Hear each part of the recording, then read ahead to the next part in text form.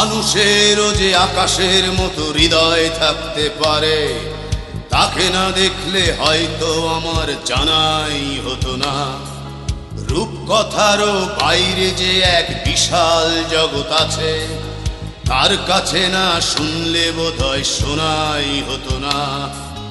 আজকে আমার এই পৃথিবীর অনেক কিছু চেনা, ব্ল্যাকবোর্ডের ওই কালো আকাশ আমায় এনে দেনা, এনে দেনা। বয়সটা সেই 6 কিংবা 7, হয়তো তবে ফিরে পেতাম স্যারের কোমল হাত। সালাম জানাই সহস্রবার আমার তিনি গুরু, তার কাছেই হয়েছিল শিক্ষা জীবন শুরু।